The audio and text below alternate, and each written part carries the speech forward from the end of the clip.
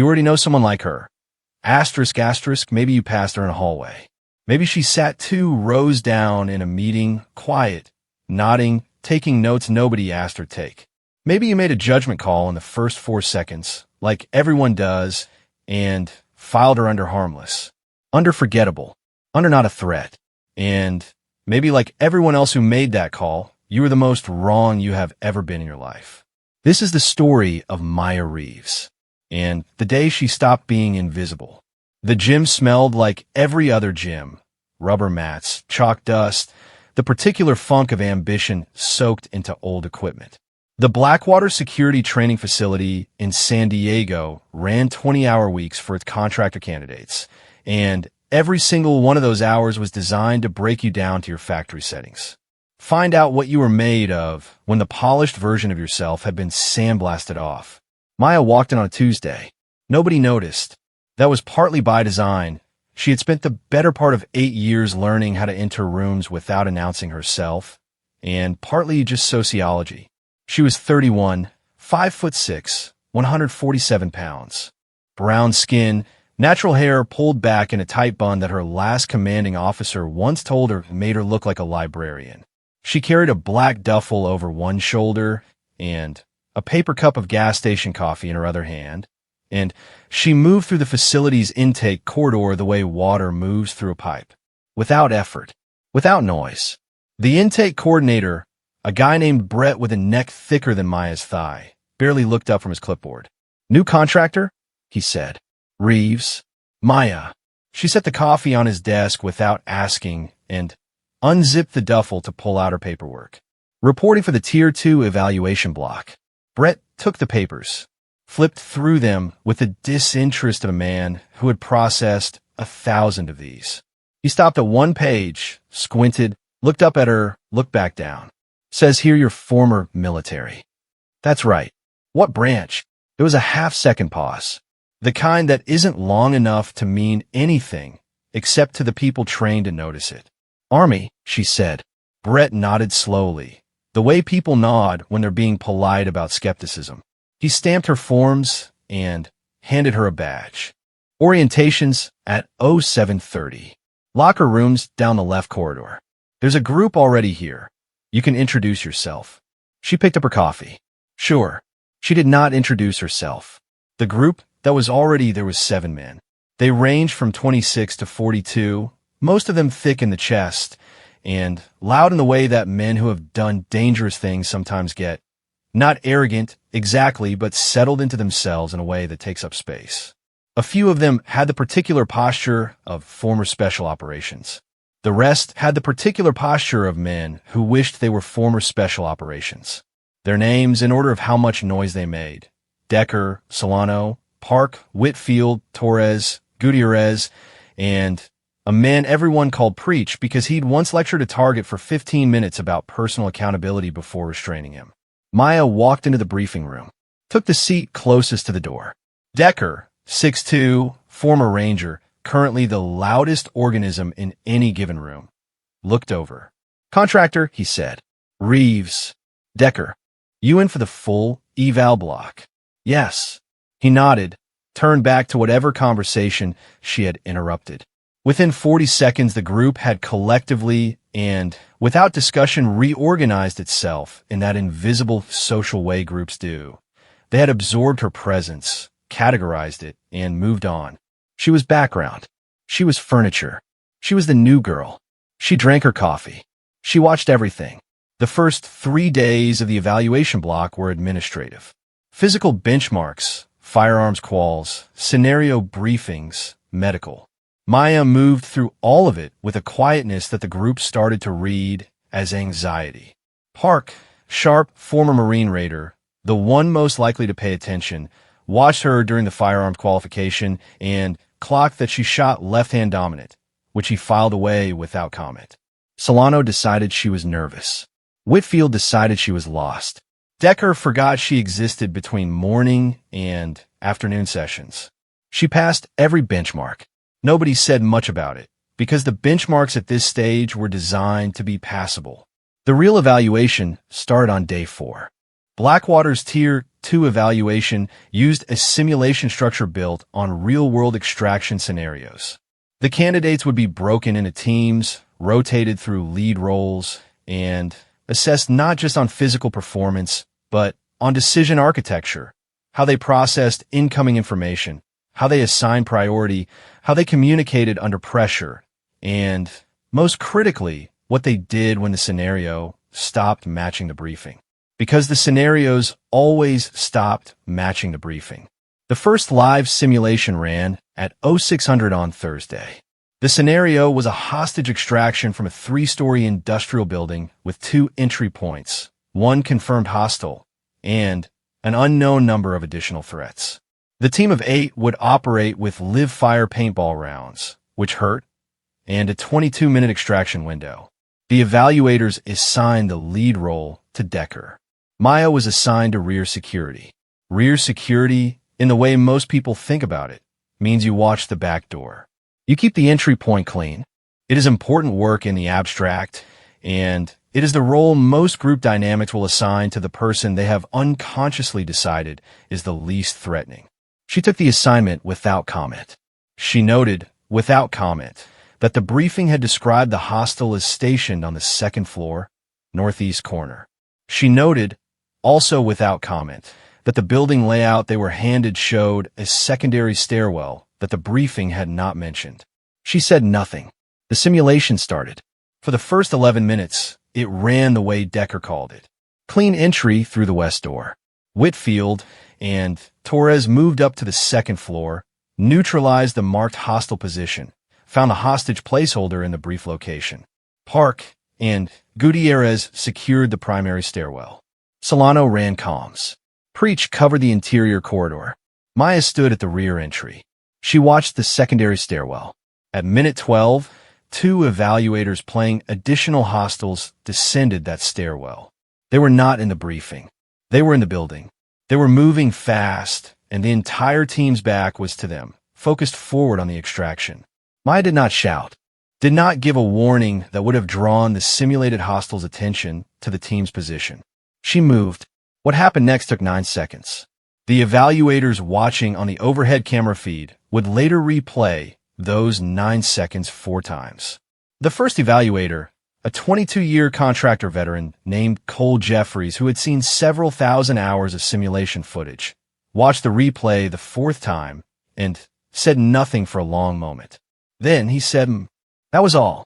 In those 9 seconds, Maya had closed the distance to the first evaluator hostile before he had registered her movement, neutralized his simulated firearm with a joint lock that redirected his own momentum against him, transitioned to the second hostile before the first had finished going down, and had both of them contained against the east wall without a single paintball fired. Silent. Clean. Total. The extraction completed. The team regrouped at the rear exit. Decker did a head count, clocked the 2 evaluators sitting against the wall with their hands zip-tied to a pipe, and looked at Maya. "You do that." She picked up her duffel. "Rear entry's clear." Decker stared at her for a moment. Then he looked at the 2 evaluators. One of them, a big guy named Marcos, who had been in the evaluation rotation for 3 years and had never once been put against a wall by a candidate in the first week simulation, was looking at Maya with an expression that was not quite professional neutrality. It was something closer to recalibration. "How do you know they were coming?" Park asked. He was the one who paid attention. "Building layout had a secondary stairwell," Maya said. "Briefing didn't account for it." Park looked at Decker. Decker looked at the zip ties. The group absorbed this in silence. Solano said, very quietly, to Gutierrez, "Did you see them in the layout?" Gutierrez did not answer. They ate lunch in the facility cafeteria. Maya took her tray to the end of the table and ate without speaking. The conversation around her was the standard debrief. What worked, what didn't, Decker's satisfaction with the extraction timeline, Whitfield's complaint about the northeast stairwell lighting. Her name came up once, and a sentence Preach started and then let trail off in a way that suggested he wasn't sure how to finish it. She ate her rice. She looked out the window at the training yard. She was thinking about the secondary stairwell, not the one in the simulation, the one in the next building, the one they'd be using in tomorrow's scenario, which she'd identified from the architectural overview she'd pulled the night before, which none of the others had pulled because they'd read the briefing and assumed the briefing was complete. Briefings are never complete. She had learned that in a place she did not talk about, in a unit whose name did not appear anywhere in her Army paperwork, in a year that had taken 3 things from her that she still, on quiet mornings, reached for by reflex before remembering they were gone. She ate her rice. Tomorrow was going to be interesting. That night, in the contractor housing block, she could hear Decker through the wall, talking to someone on the phone. She wasn't trying to listen. She heard her name once, attached to a pause, attached to the phrase, yeah, she's good. Just good.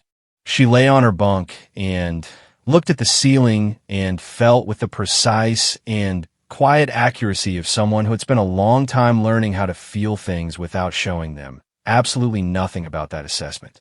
Good. Asterisk, she closed her eyes. She thought about the secondary stairwell. She thought about the 12 things she had noticed in day 1 that no one else had mentioned. She thought about the way Decker had looked at the zip ties. She thought about how, in her experience, there were 2 kinds of people in this world. The kind who look at someone they underestimated and feel embarrassed about the underestimation. And the kind who look at someone they underestimated and decide with a very specific stubbornness that they were not wrong. They just haven't seen enough yet. She had a feeling she knew which kind Decker was. She had a feeling the next 4 days were going to be the kind of days that leave a mark. She was not worried. She had been leaving marks since before Decker had his first Ranger tab. She just did it quietly. The light in the housing block clicked off at 2200. Maya Reeves did not sleep for another 2 hours. She was reading the architectural overview of Building 3. The thing about being underestimated, the thing nobody tells you, is that it costs something even when you win. Every time you walk into a room and feel the temperature drop 2 degrees because someone has already decided what you are, there's a small and specific tax collected on your energy. Not rage. Nothing that dramatic. Just the steady, low-grade effort of existing in a space that has already closed a door on you and choosing every single morning to kick it back open anyway. Maya had been paying that tax for 11 years. She was very, very good at budgeting. Day 5 opened with a briefing change. At 06:15, the evaluation coordinator, a woman named Agent Voss who wore the particular blankness of someone paid to be unreadable, walked into the briefing room and told the group that the second week of simulations would include a leadership rotation. Each candidate would serve as team lead for 1 full scenario. Performance would be assessed on decision quality, communication, adaptability, and, she used this word very deliberately, trust management.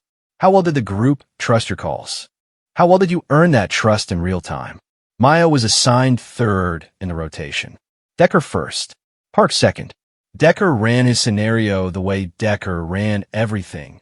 Loud, confident, a little brilliant, successful in the way a charging animal is successful when the path is clear. The group responded to him like they had been waiting to be led by someone who sounded like a leader. It was effective. It was also, Maya noted, almost entirely dependent on the scenario matching the briefing. It did.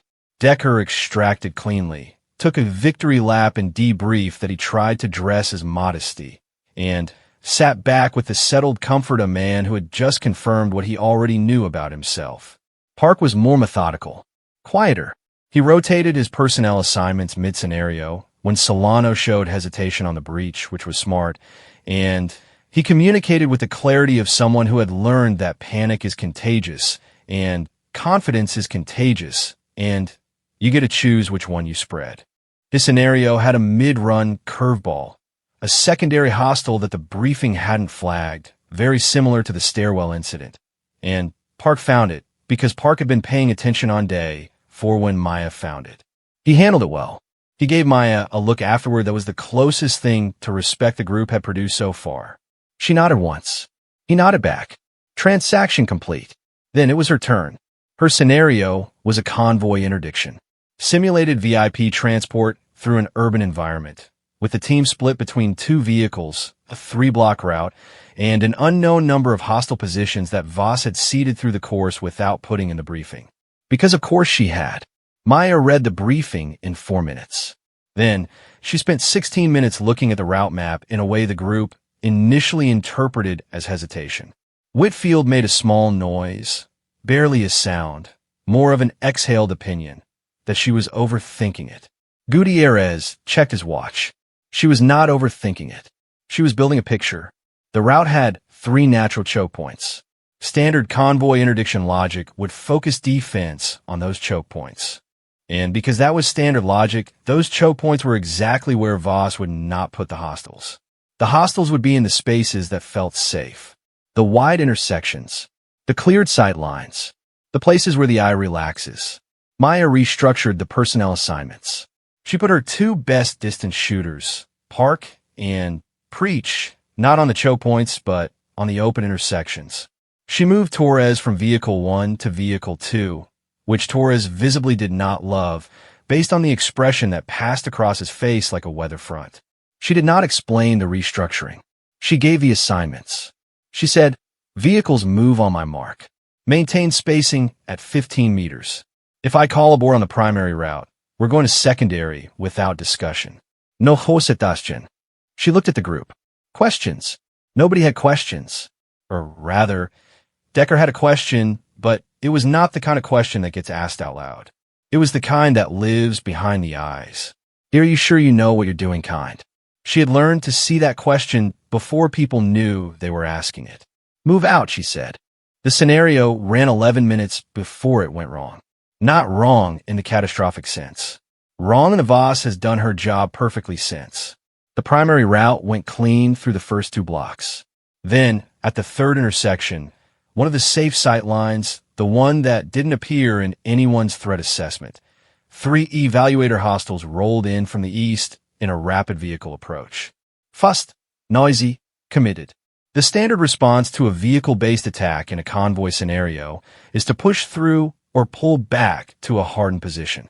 Both of those responses require time and space, and the hostile vehicle had already cut off both. Maya said one word. East, Park, and Preach, the 2 she had repositioned, were already facing east. They engaged. The evaluator hostiles' simulated windshield took 3 paint rounds in under 4 seconds. Vehicle stopped. Scenario threat neutralized. The convoy continued. Nobody had broken position. Nobody had hesitated. The whole thing had lasted less than 30 seconds. Whitfield's entire posture shifted.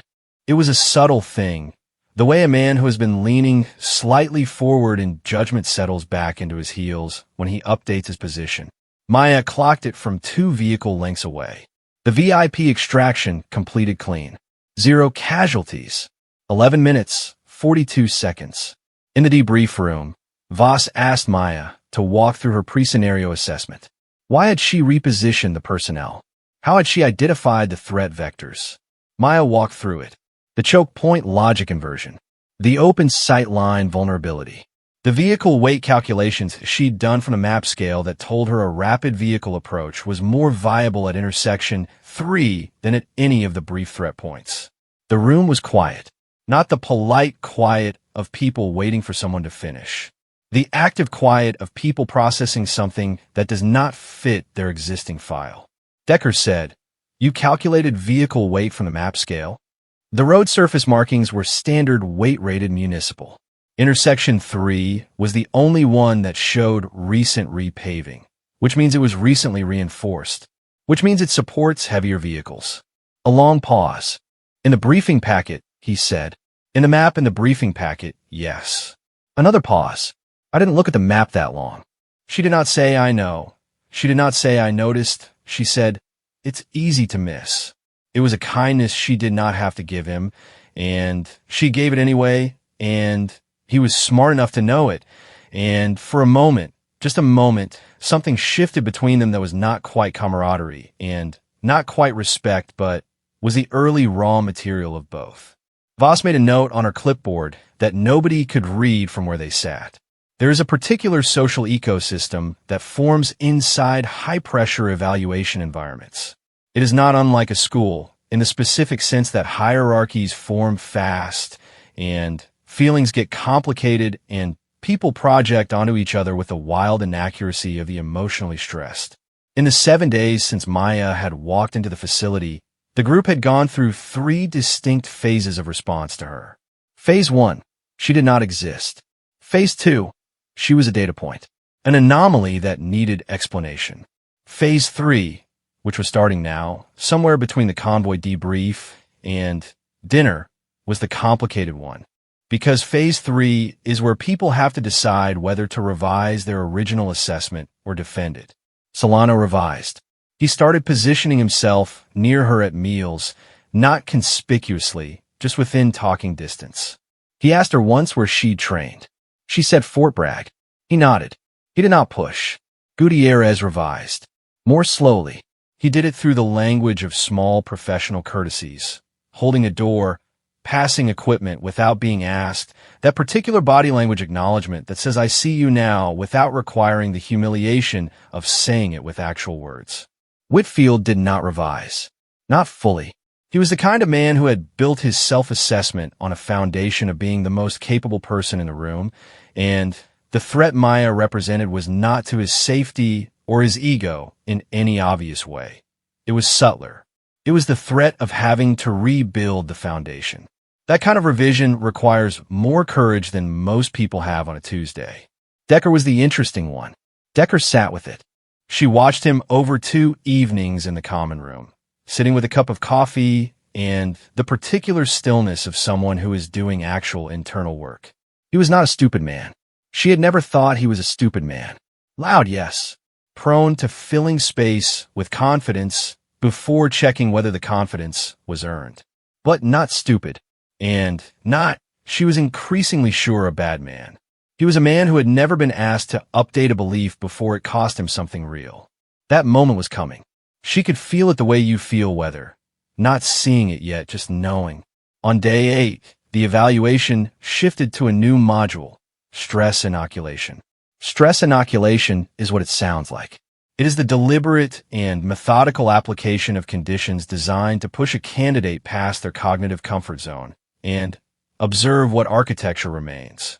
Sleep deprivation, sensory overload, information flooding, time compression, physical exhaustion as backdrop to mental tasks.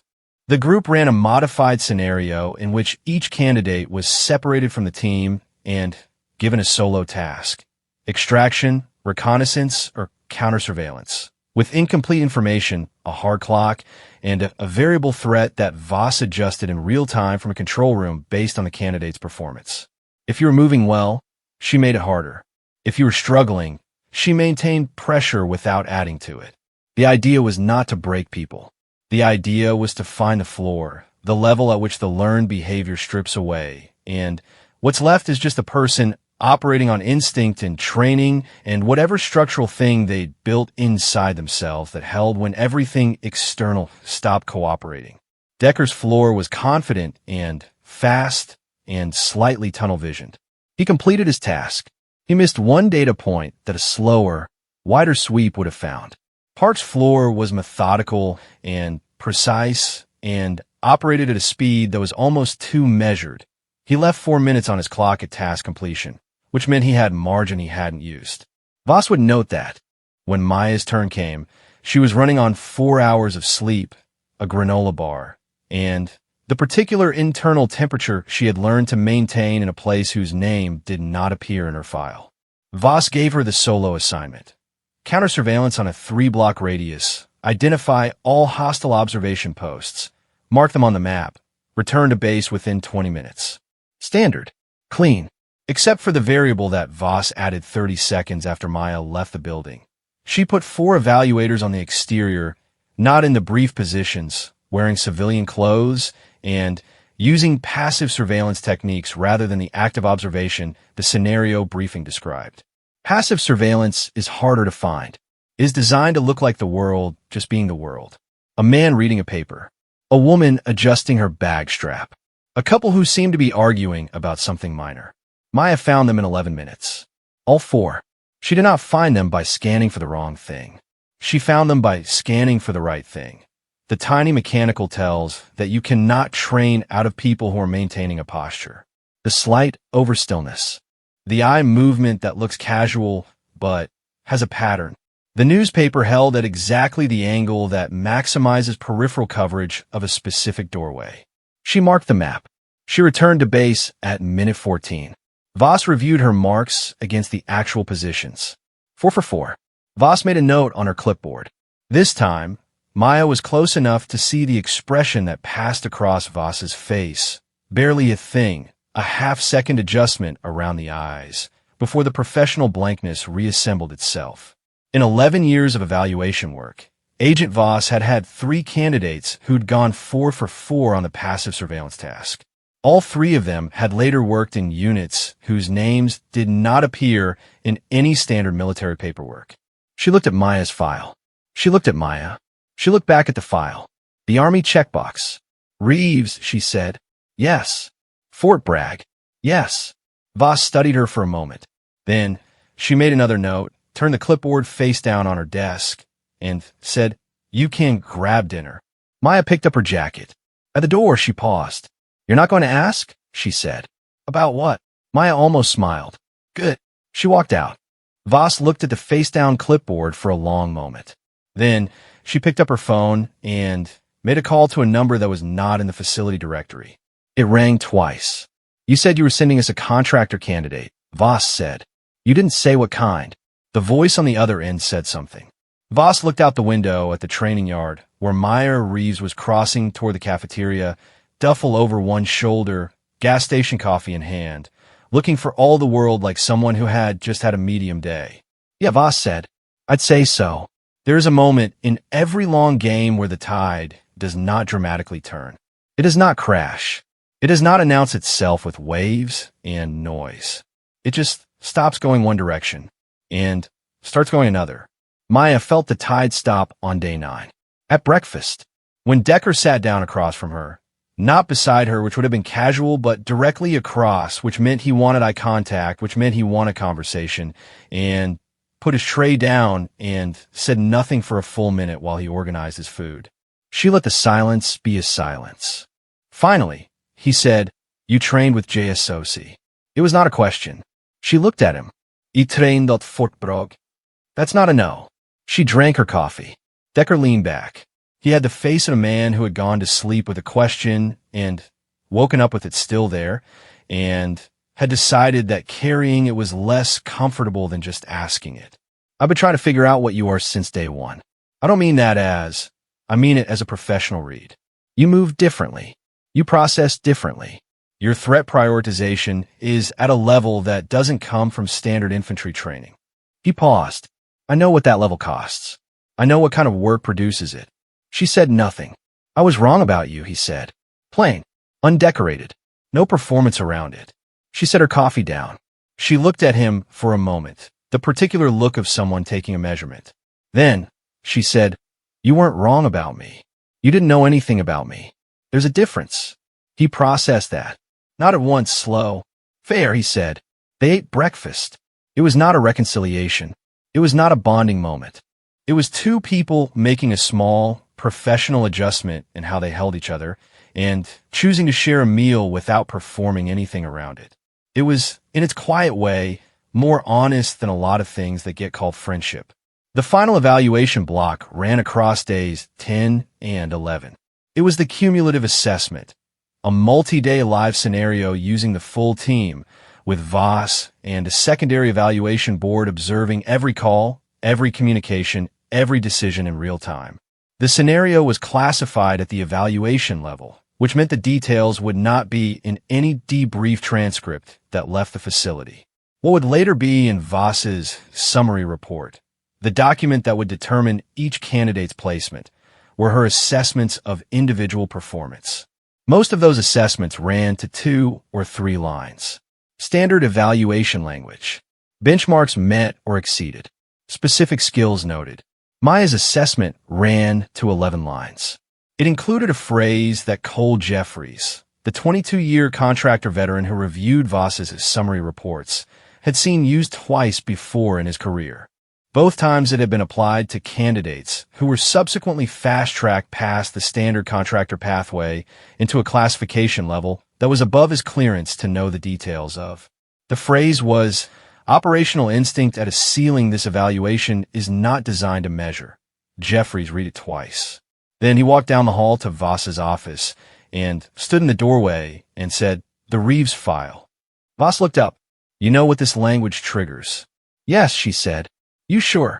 Voss looked at him with the professional blankness she had perfected over 22 years of watching people be more and less than what they appeared. "I've been sure since day 4, she said. "I was just waiting for 11 days of documentation to back it up." Jeffries looked at the report.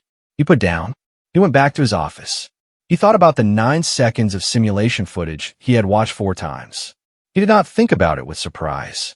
He thought about it with the quiet, particular feeling of someone who has spent a long career knowing that the most dangerous person in any room is usually the one the room has decided to stop watching.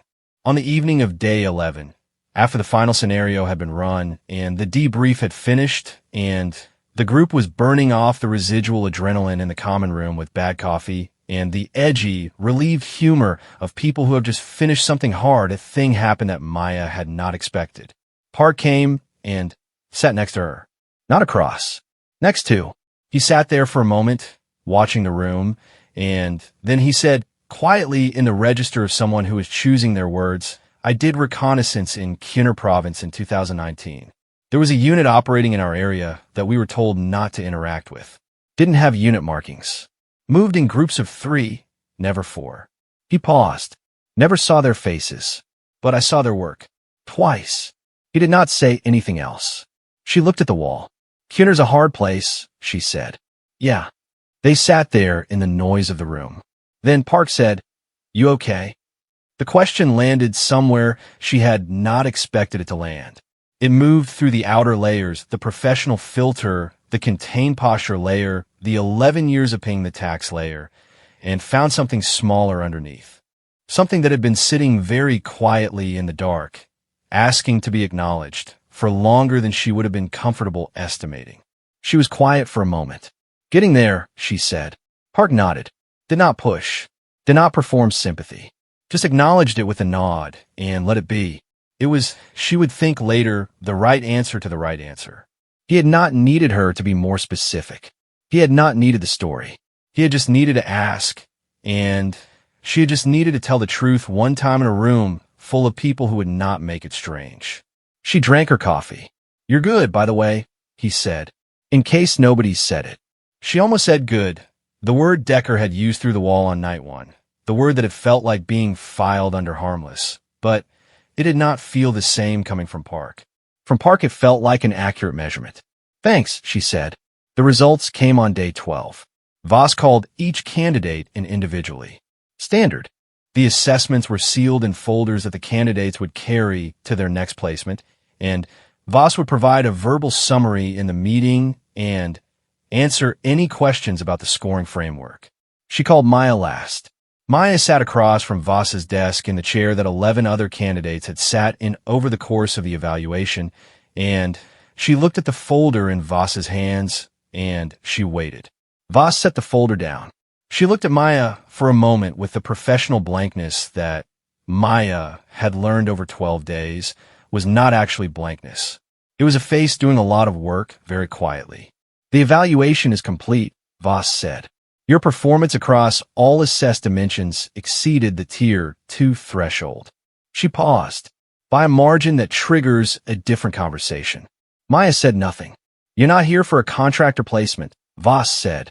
It was not a question. "I'm here for the evaluation." Reeves. A pause. "There's a program," Voss said. "It's not listed in any Blackwater documentation. It's not in the standard pathway. It runs out of a coordination office I'm not going to name in this room, and it takes candidates who test above the ceiling of what this evaluation is designed to measure." She slid a single page across the desk. "No letteridad, no logo," a set of instructions, and a contact number. "You would receive this page after the standard candidate review process. Normally that takes 8 weeks. She looked at Maya. "I'm giving it to you now." Maya looked at the page. She did not pick it up. "Why?" she said. "Because Voss said the last time I saw a candidate with your processing architecture and your movement signature and your passive surveillance accuracy. He had come out of a program I cannot mention in this room. And he went back into a different program I also cannot mention in this room. And 3 years later, I read about an op in a country I won't name, where 6 people walked out of a building that should have killed all of them. She held Maya's gaze, and I thought, someone built that.